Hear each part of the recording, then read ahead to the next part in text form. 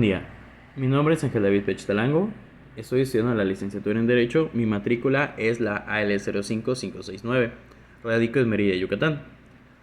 El día de hoy voy a responder unas breves preguntas del proyecto integrador procesal. La primera pregunta es: ¿qué tipos de nulidad existen y qué efectos tienen? Recordemos que en el ámbito jurídico existen principalmente tres tipos de nulidad: nulidad absoluta, nulidad relativa y nulidad procesal.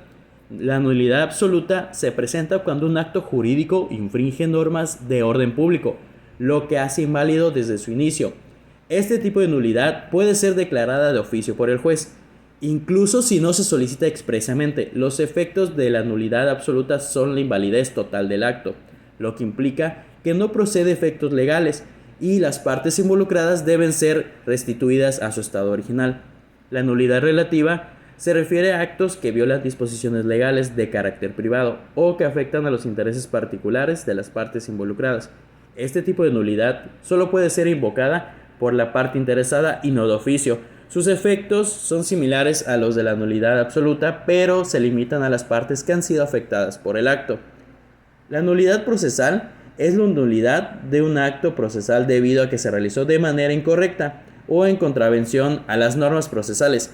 Este tipo de nulidad a las normas procesales se puede aplicar a procedimientos en los que se haya vulnerado el derecho de las partes de un debido proceso. Sus efectos dependen del tipo de violación cometida, pero generalmente implican la repetición del acto procesal afectado, sin que ello cause la invalidez total del proceso. 2.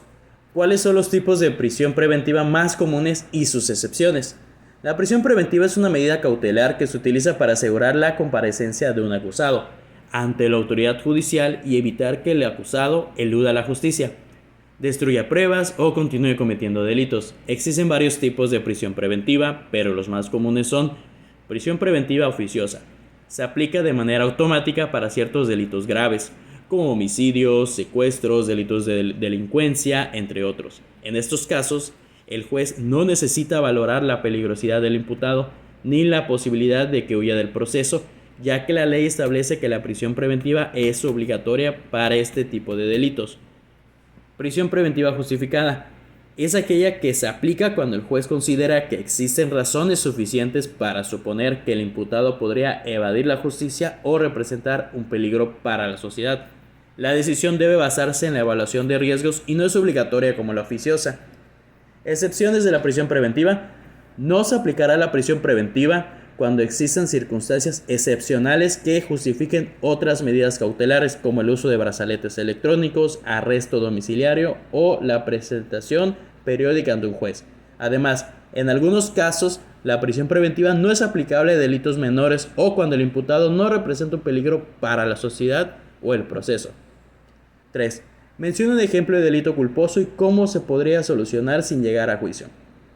Un ejemplo de delito culposo sería un accidente de tránsito o de tráfico causado por negligencia, como cuando un conductor no presta la debida atención a las señales de tránsito y causa un choque. En este caso, el delito no fue premeditado, sino que ocurrió por imprudencia o descuido.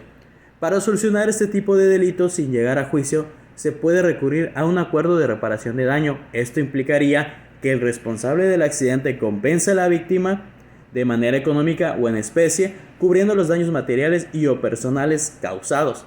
Además, se podría solicitar la intervención de un mediador o un conciliador que facilite el acuerdo entre las partes involucradas, evitando así la necesidad de un juicio formal.